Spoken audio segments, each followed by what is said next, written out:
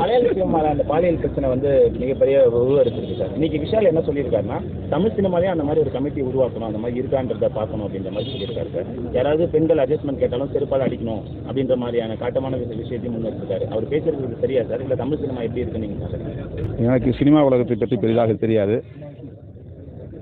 மலையாளத்தில் அம்மா என்ற ஒரு அமைப்பு நடிகர் நடிகைகளின் பாதுகாப்புக்காக உருவாக்கப்பட்டு இயங்கி வருகிறது.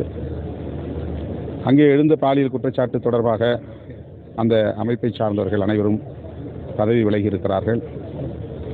பாதிக்கப்பட்டவர்களுக்கு நீதி வேண்டும் என்கிற அவர்களின் போர்க்குரல் நியாயமானது.